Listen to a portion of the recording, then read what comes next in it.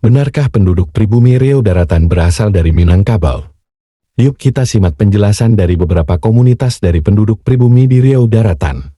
Diawali dengan menemui kepala suku Sakai yang dikenal dengan istilah batin.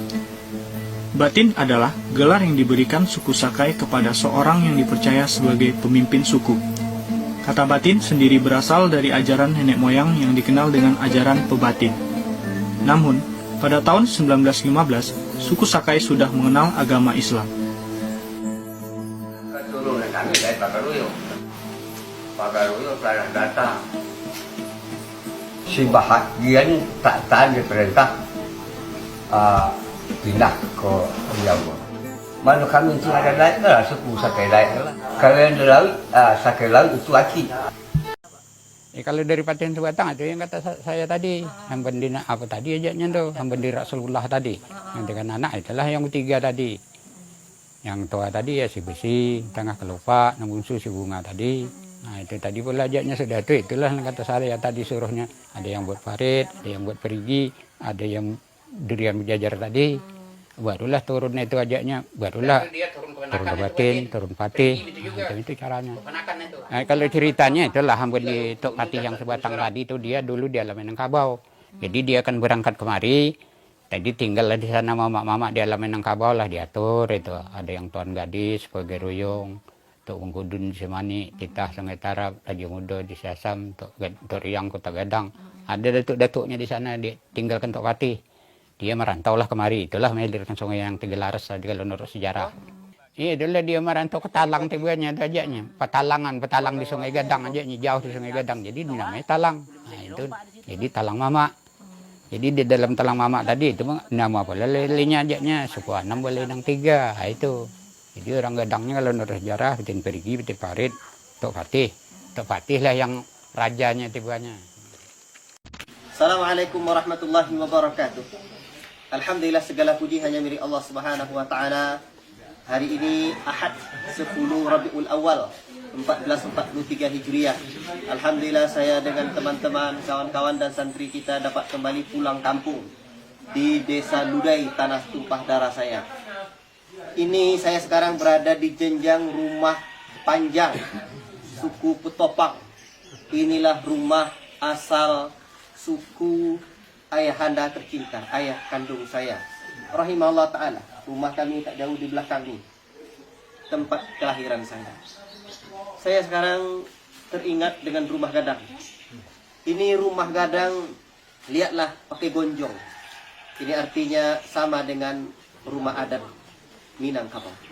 Memang asal kami ini, orang-orang sini ini dari Minang. Bahkan sepanjang penelusuran saya, ternyata Ludai itu juga ada nama kampung di daerah Batu Sangkar sana. Ya beginilah alam Minangkabau dengan adat yang disebut adat bersandi syarak, syarak bersandi kitabullah. Tapi kita jangan lupa, jangan hanya sampai di situ pepatah ini, sebab ada sambungannya, di mana dulu para alim ulama dan nenek mama bersepakat adat bersandi syarak, syarak bersandi kitabullah. Syarak mengatur, adat memakai.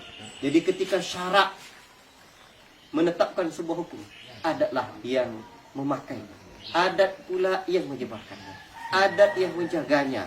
Inilah kerja kita bersama. Itu jangan sampai adat cuma bersendiwara dengan syarak. Asal usul negeri Teratak Bulu ni, waktu itu zamannya belum masuk agama Islam lagi. Ya.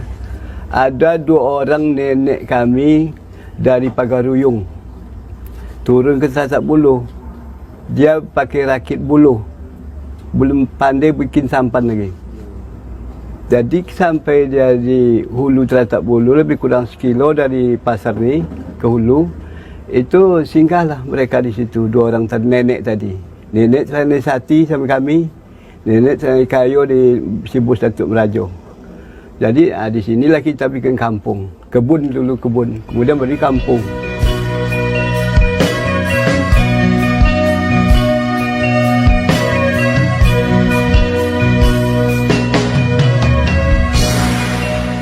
Sejarah bangsa kampung kau Teratak Bulu itu loh ya.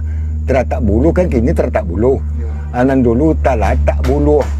Mangko dia dapat tak buluh. Ada orang dari entah dari Minang, entah ya Minang lah istilahnya Pengkalan kok apa Minang. Jadi bagi akik lainnya istilahnya mantau. Tiba dia apa dia di kampau diletakkan dia bulu kau itu akik bulu. Ni pakai akik bulu, letak bulu dia di situ dah. Jadi nya pun naik kata kok kabaladang atau membeli rumah. Jadi saya sampainya dapo nak mandi lo balik lah misal ditengok bulu telah tak ju bulu ke sisi korangnya.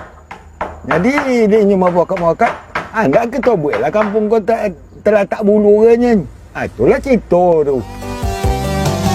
Di pertengahan abad ke-19, Kampung Teratak Bulu dikenal sebagai sebuah pelabuhan kapal. Ketenaran Teratak Bulu sebagai pelabuhan kapal menyamai pelabuhan Sungai Duku di Sungai Siak, Kota Pekanbaru. Namun kemudian kejayaan pelabuhan Teratak Bulu terhenti karena pendangkalan Sungai Kampar yang terus-menerus akibat abrasi.